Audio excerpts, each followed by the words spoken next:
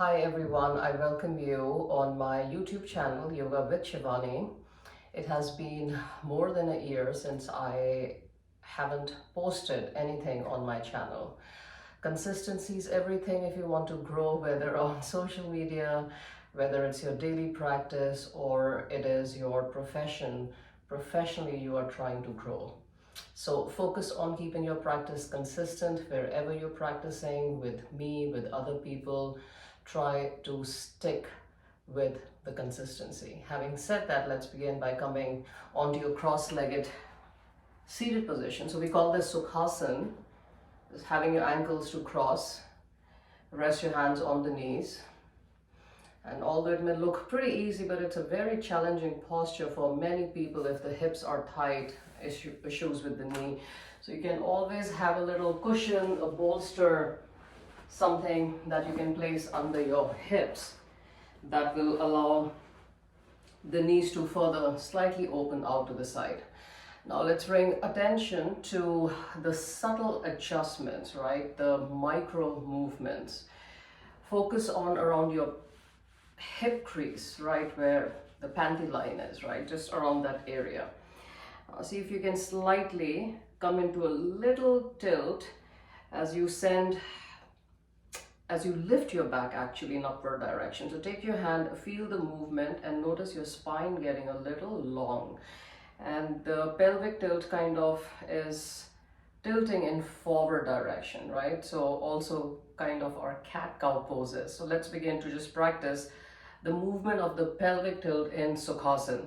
So going a little back, tucking the tail under, and then forward. Use your hands, draw the belly in, relax the abdomen, draw the lower belly in, relax the abdomen, and keep that position in your spine.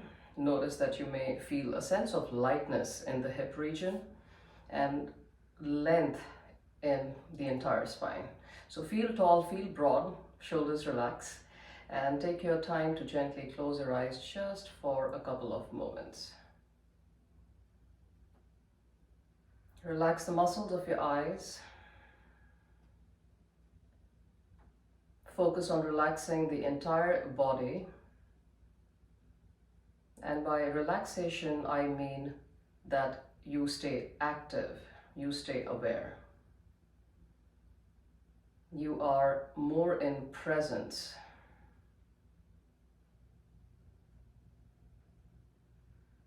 And then gently open your eyes. Bring your attention to the hands in Namaste position in a prayer pose. Interlock the fingers, make a tight fist, and see if you can bring the knuckles to your chest, towards the sternum.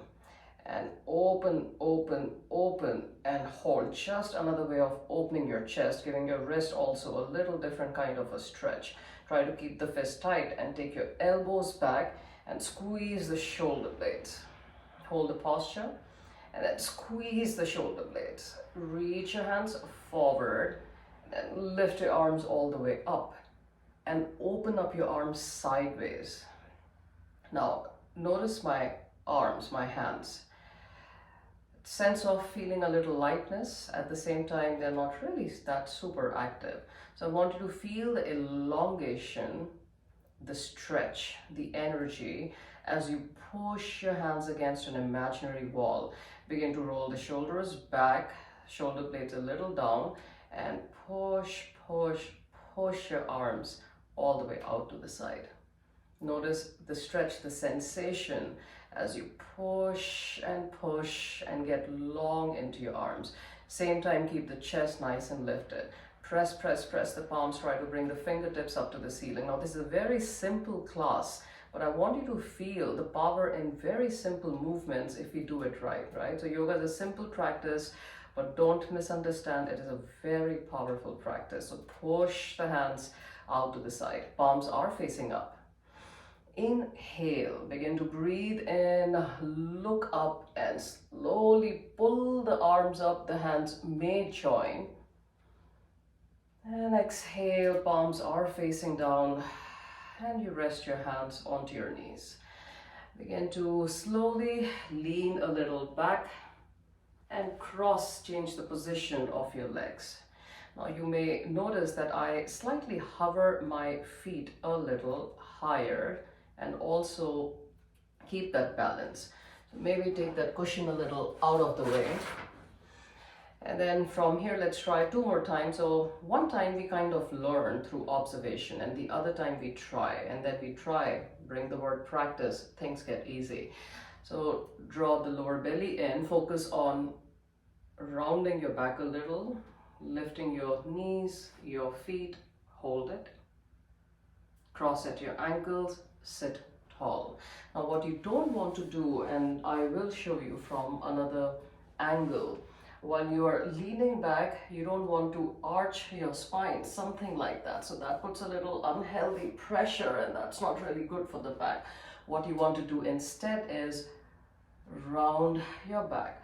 So you want to scoop the tail under, just like in the cat-cow postures, and I have some videos that you can watch of the cat-cow. That's great to really bring your awareness to the pelvic tilt, muscular endurance, filling the space, working the back of the body.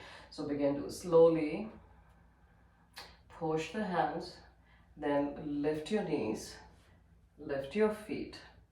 And from here also you can transition. So these are just transition movements in a boat pose, kind of Navasana with the knees bent, right? So this really works your core. Remember, you don't want to arch your back. Ouch, that's not that great for the back. So keep the tail kind of scooping under, knees a little closer, and cross.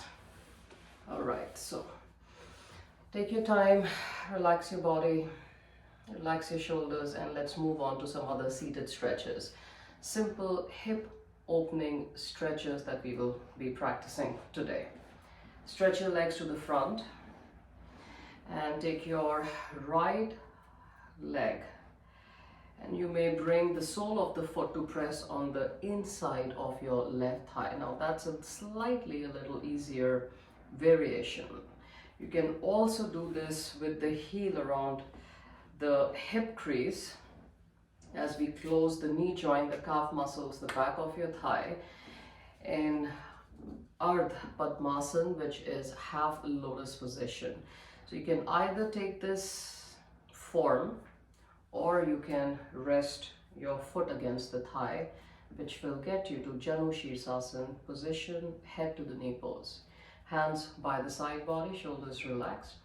And you can even take your hands just a little above the knee and begin to simply work the mobility, the strength, the flexibility, everything we work in the practice of yoga on the right hip. Now you may notice that the knee may not be going all the way down. That's fine. Never force any movements. Remember, it's the consistency that will get you more, that will bring more growth in your practice. So spend a little bit time here, right? So let's not jump too much and try to do a lot in any given class. Try to focus on doing little, but doing it right, doing it with joy, with passion, and a sense of playfulness in the practice of yoga. So that is so important. Having fun at the same time in what we are doing, and being curious as to what we are doing, why we are doing, right? So getting back to being a student of igniting the curiosity, the passion for yoga and for life. And slowly stretch your right leg forward. Now let's go ahead, do the same thing. I will show a different variation from not the head to the knee. If you would like, you can do the same thing on the left side, or you can come into a half lotus position. Flex both the toes, and you may rest the hand a little above. If the knee is not resting, do not push it too much, just a little movement, or you find a pace that really works in your practice. Remember, I have been doing this for many years, so things look easy because I have been doing it for many years, and consistently. That's the key. And relax.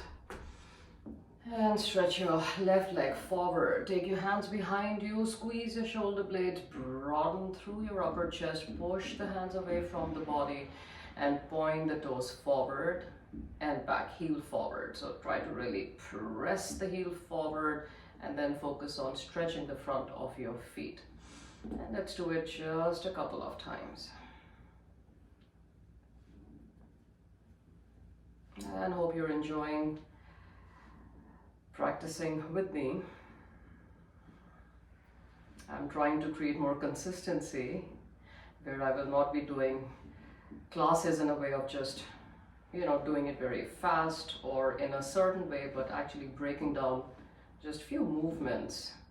And there's so many amazing videos out there that you can actually practice, but I wanted to do something differently on my channel, bring more awareness to the practice of yoga on a physical level, our mental health, our emotional health, and how everything is also kind of linked together. Now from here, try to bring your toes slightly down. So this is kind of a frog leg movement, and then you slide your heels back. Just try, lift your right foot, hold it, bring it in, walk your hands a little closer to the hips and lift your chest up. Now anything which is very hard, try not to push again, do it slow. Whatever you can do in a given position, whatever you can do, remember that's the key.